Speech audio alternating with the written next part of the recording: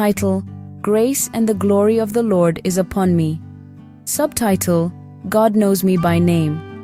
Exodus 33:12 records Moses speaking to the Lord, saying, "You have told me to lead this people, but you have not told me who will go with me.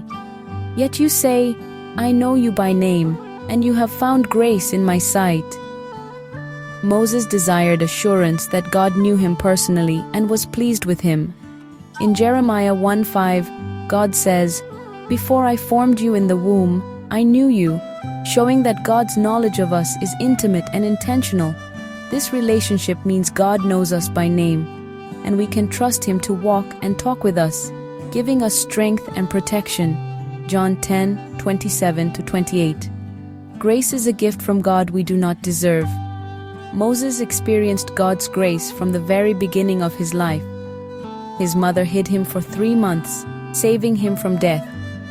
By grace he was placed in a basket on the river, watched over by his sister, reunited with his mother, adopted by Pharaoh's daughter, escaped death after defending a Hebrew, and eventually became a leader with a personal relationship with God. Moses never asked for this grace. It was freely given. Like Moses, we often fail to recognize the grace in our lives. We must acknowledge it and pray, "I need more grace." In Exodus 33:13, Moses asks God to show him his ways so that he may continue to please him, saying, "If I have found grace in your sight, teach me your ways." Our prayer should be the same.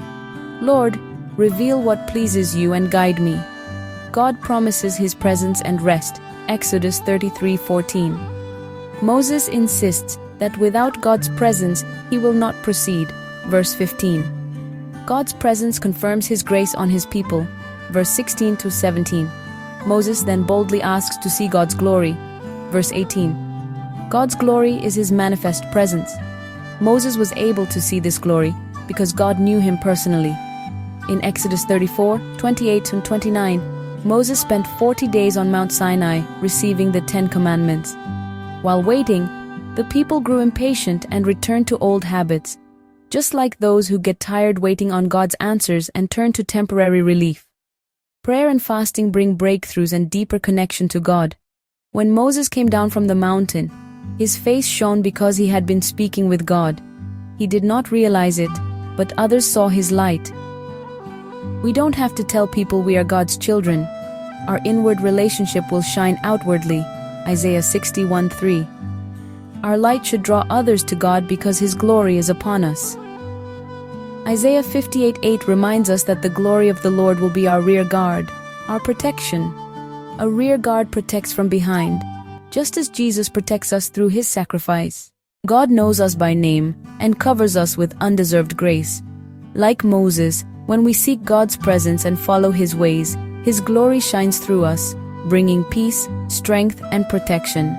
Let us daily trust in God's grace and let our light draw others to Him.